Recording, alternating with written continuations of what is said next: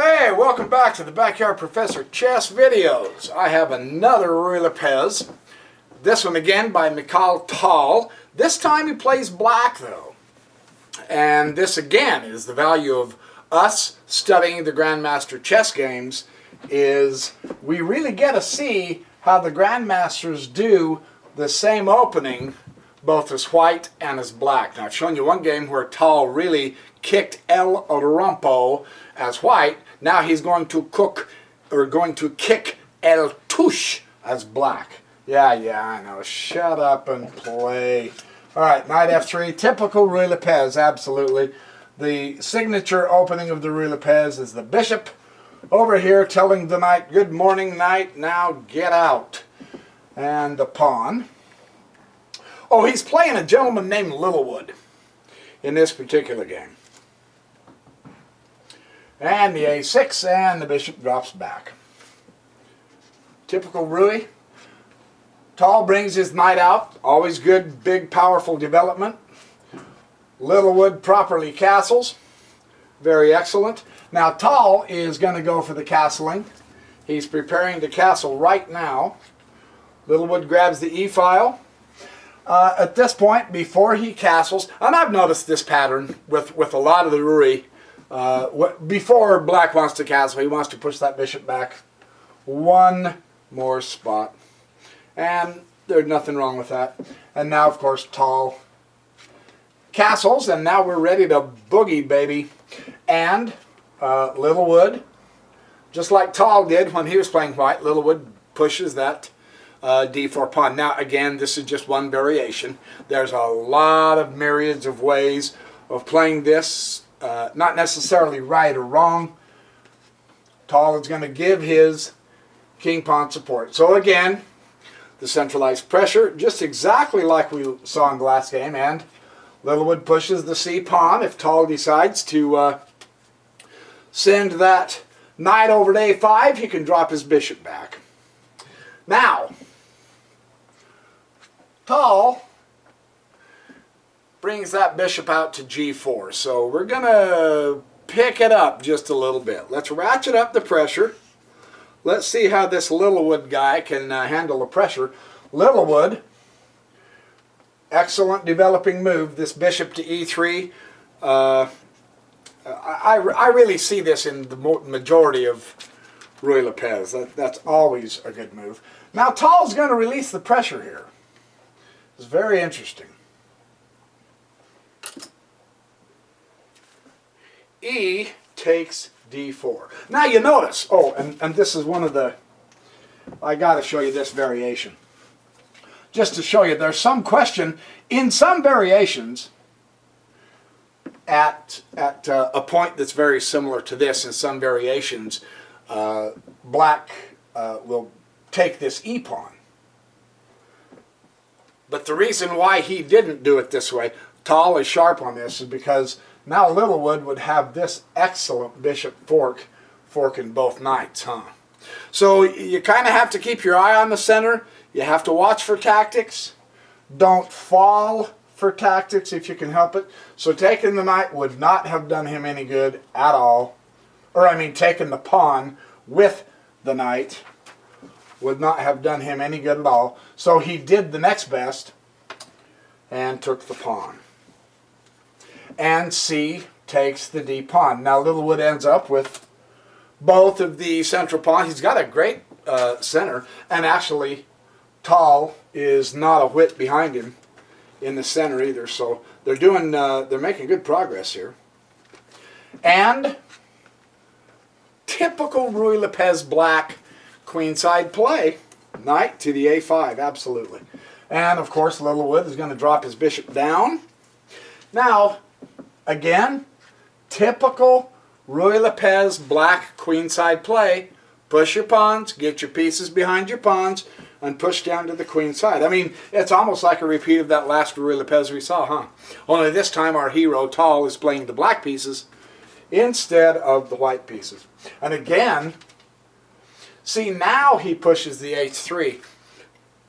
Tal, when he was opening with the Ruy, always pushed the h3 before black could bring a piece down to the king side. So as black Tal knew that this was a preventative move, so he moved his bishop first. The effect is really interesting because now he does get to take that knight.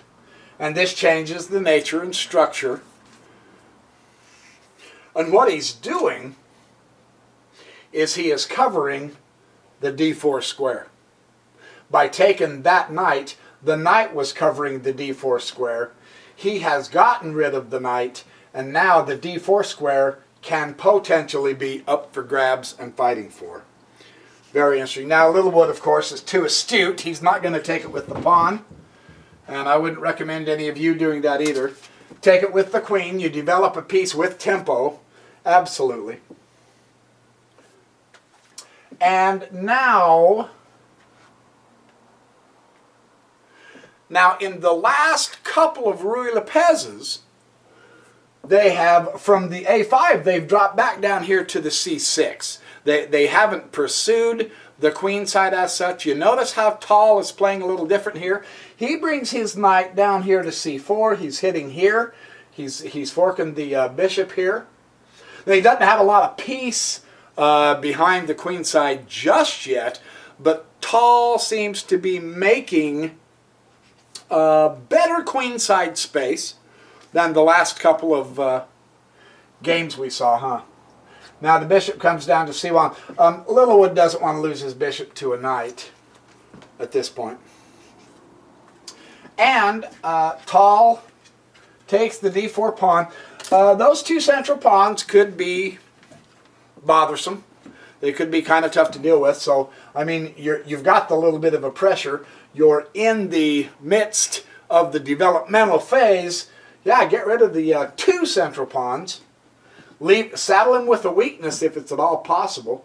You can see he's got a great outpost here for his knight. That's not bad. Now, it's not uncontestable. You know, he can push the b pawn, of course. And he can bring the knight out to here and contest it. So it's not permanent, but that's exerting some really good pressure on the queenside. That's not bad. That's not bad at all. And now queen d3. Coming over, he's going to keep his center. Looks to me like he's going to try to keep it pretty strong, doesn't he? And Tal brings his queen to b6. Now, Tal is on the move to the queenside. He's bringing his pieces behind his pawns.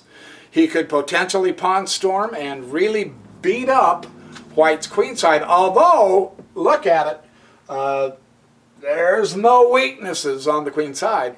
The downside of this is there's no development either.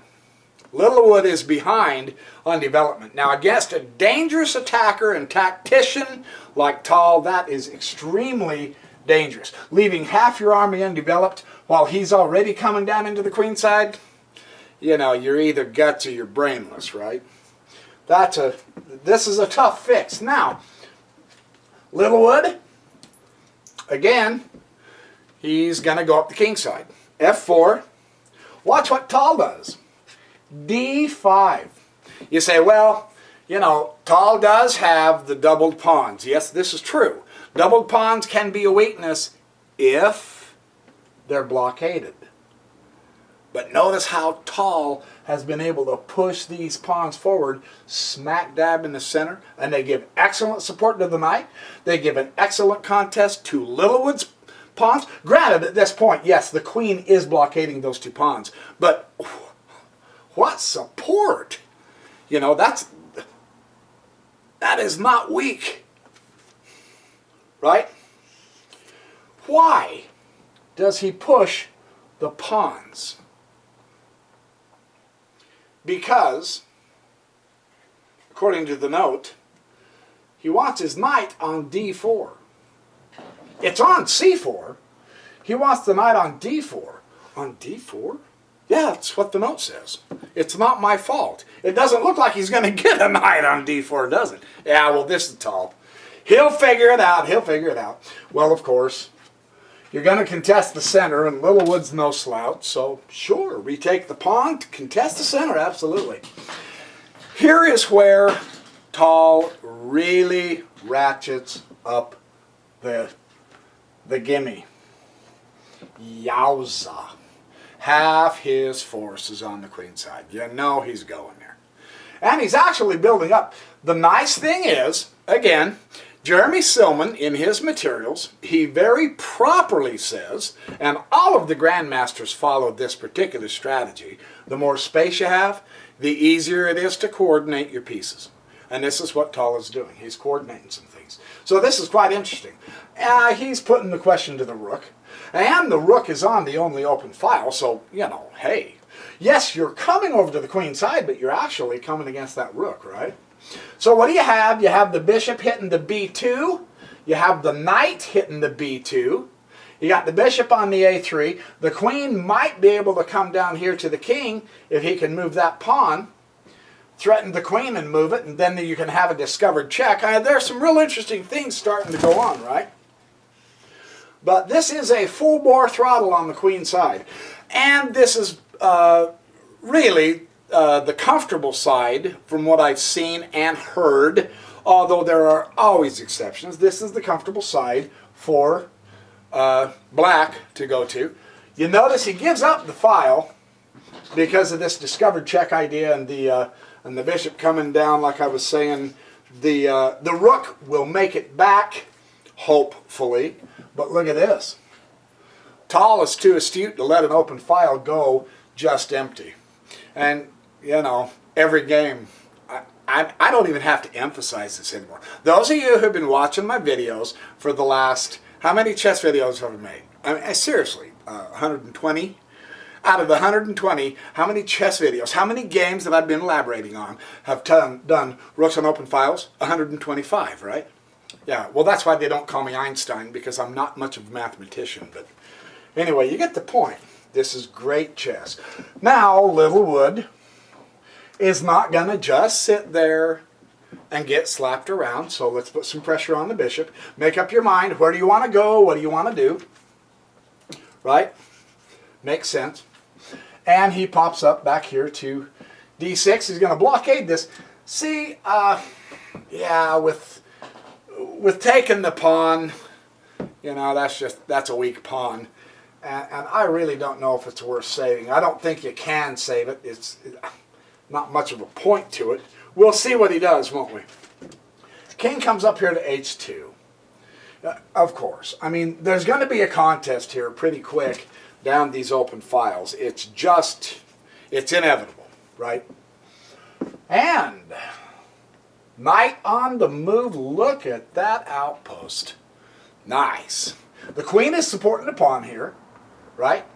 So the knight comes here. He's got his outpost, and he is hitting absolutely all over this cotton-picking king side. Look at the fork between the rook and the knight, or the bishop. That's pretty. That is really very pretty. And, of course, it's pretty enough that Littlewood says, well, I am going to take that knight, and properly. So, look, a knight on the 6th rank is at its zenith. You know, Silman says that in his book, The Amateur's Mind, the Reassess Your Chess 3rd edition, the Reassess Your Chess 4th edition. He says that everywhere. That knight is so powerful. Yes, you want to swap the knight. So Littlewood does a correct move here. Even though, boom, here comes the rook on the open file, on the outpost, supported by the queen, and he's threatening the queen. Yeah, Tal's just putting his coordination together better than Littlewood. Littlewood just kind of seems to be on the defensive. Now look at the utterly bizarre state of affairs here. In this particular Ruy, Tal has virtually put Littlewood's entire army on this side of the Mason-Dixon line. That's the line of demarcation. He owns that, and he says, everybody over there, everyone is away from this king. That king has no protection except a couple of wuss pawns. So this is going to be quite a battle, but that is really a dramatic snapshot of the power of Tal coming over, coordinating, getting space first, and then coordinating his pieces on the queen side. And Littlewood puts all his stuff over there. But what about the king, see? That's a good strategy. That's kind of something to, pay attention to. And no sooner than I say that, than of course the queen destroys my excellent observation, and she comes over on this side. That cotton-picking wench, how can she dare to cross that line? Littlewood has to get something going. That's what's going on. Now, the bishop will drop to c7. Stay out of range. Whether you're here, or here, or here, or here, you still have that same range of influence going on here. You're going to have a discovered check if someone takes that pawn. So this queen comes up here to give this pawn support, but she's kind of getting overloaded. Can white protect all of the pawns by herself? Of course, she can't come into h7, although she'd like to. h7 would be a sweet move, but see, Tal has left one of his defenders. So Tal's in good shape, and again, what do you notice here that is really quite telling? And it's critical in the Grandmaster games, it's critical in our games, it's critical on your games online, it's critical with your games at chess club, it's critical with your games against your dad, your brother, your aunt, your cousin, your dog, and your parakeet. The development is really less. His influence is just about right there. The main bulk of his influence. That's not enough. That's not enough. Tal's influence, because he's fully developed except for this rook over here. He is fully developed. He has influence on the king side, right down the center with the only open file. He's got crisscross in here, going with the rook and the queen and the bishop. That makes the difference. That's the difference in this game. It's really important to see that. Now, the reason he dropped, I think he did drop back to C, because he wants to keep his eye on this pawn, because the king here. I'm sure he went to C. I've got to write a little clearer, You know what I mean? I get in too big of a hurry. Finally, in a late developing move, knight comes to D2. It's about time. And sure enough, G6. He's going to chase the queen away. And the queen just simply drops over to G5. Nice outpost. She's not completely alone. A little more on the king side. She is keeping pressure here. Although there's not a whole lot she can do, even if she does go to H6 at this point. So it's not a critical factor, but look at Tal. Now, the other issue here, Tal made really excellent roads on the queen side, It seemed like he had a lot more influence on the queen side. But notice his passed pawns right there in the center. These are really huge. In fact, they are really huge. He drops D3 down.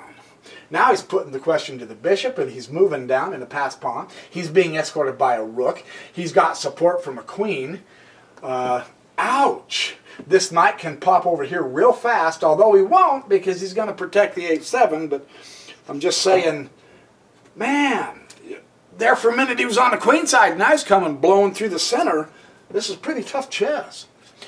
Bishop B3 for Littlewood. He's going to try to protect that single pawn. It is the weakness. Now the knight comes here to H5. Because there's virtually no chance of getting to H7 at this point. The bishop has to give up protecting the queen for that, because he's got to guard this pawn, which is his defect. And rook to F8. Going to try to maybe push this pawn up in and break up the king side? Who knows? Who knows?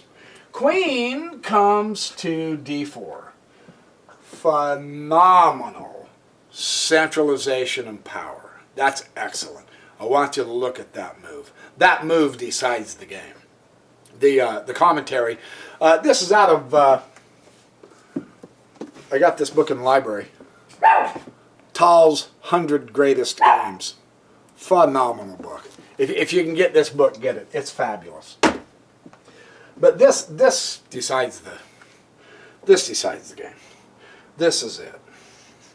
Now, finally, rook A to C1. He does grab the C file. Yeah, it's a little late, a little less than useful. There's nothing going on in the C file, but he does grab the C file. And the bishop now really comes zinging in here. Pow. Now, what is so interesting about this game to me, really seriously, now look at where Tal is. He's been over here on the left, on the queenside, just blistering the queenside. Kind of keeping Littlewood tucked in a corner, hasn't he? Then he breaks through with this magnificent open file. And now look where he's gone. He's actually shifted his emphasis from the queen side into the center and over onto the king side. This is masterful. This is phenomenal. They can virtually play on all sides of the board. Check with a fork to the queen. Ouch. The rook takes the bishop, but of course, Littlewood has to lose the exchange.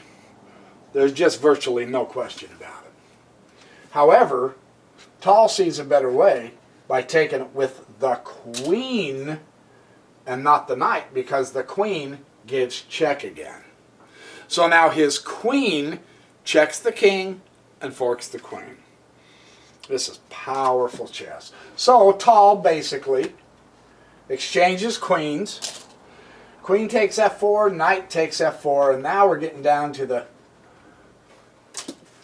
the final countdown. He's going to push his pawn. He's hoping against all hopes that he can shove that thing in. This is actually kind of an annoying distraction at this point because there's virtually no support for that pawn. You're never going to get it in there with the rook sitting back there, right? So this is kind of a silly gesture. And of course the rook is just going to simply plop on d8. He only has one rook. Tal has two, so there's no way that pawn is going to get in, right? Rook tries like crazy though. Rook to c7, he shows the good old college try. Yeah, let's show some muscle here, right? Not a chance. No question. Because now comes the knight to e6. And Littlewood at this point resigned. There's just literally no way he's going to be able to protect that pawn. And he's down the exchange. So, I mean, it's not like he's going to try to change out pieces. He just can't. Not against Tal. Not with a rook for the bishop. It's too much. So, Littlewood resigned at that point. This is a wonderful game. It's a game where you see Tal bring his forces out really strong, really well in the extra space he created on the queen side. Because he had that coordination of the pieces, he was able to actually break through to the center. He kept Littlewood crammed in that back corner, right? He was able to break into the center. Why? Because of the rook on the open file. And from that point, he was able to coordinate his pieces over here to the king side and attack the king side. Fabulous game. So there's another game. Again, we've seen a few games where the Ruy Lopez wins as white. We've seen a few games where the Ruy Lopez wins as black. And I've got a few more Ruy Lopez's I want to show you where each side does win. And again, what this will do for us, it'll be different games by different grandmasters. It's going to reinforce the idea of showing us the main key features of the Ruy Lopez as an opening. What do we do as white? How do we get the initiative? How do we get the advantage as white? Several of these games show that. If you happen to have to play it as black, how do you get the initiative? How do you get the upper hand as black? These games are showing us that too. So, great opening. Everybody uses it. Everybody has been using it for 500 years, and everybody continues using it. So, there is your chess video and your chessercise. Be good to your moms and dads. Try to stay out of the rain. I hope none of you are in those horrible hurricanes and tornadoes in the Midwest of the United States. Hope everything's going well. Try to be nice. Try to be nice. You know, it pays to be nice. You don't have to be a jerk. So study chess, have fun, cook some popcorn for the next video, and I will see you there in the next video.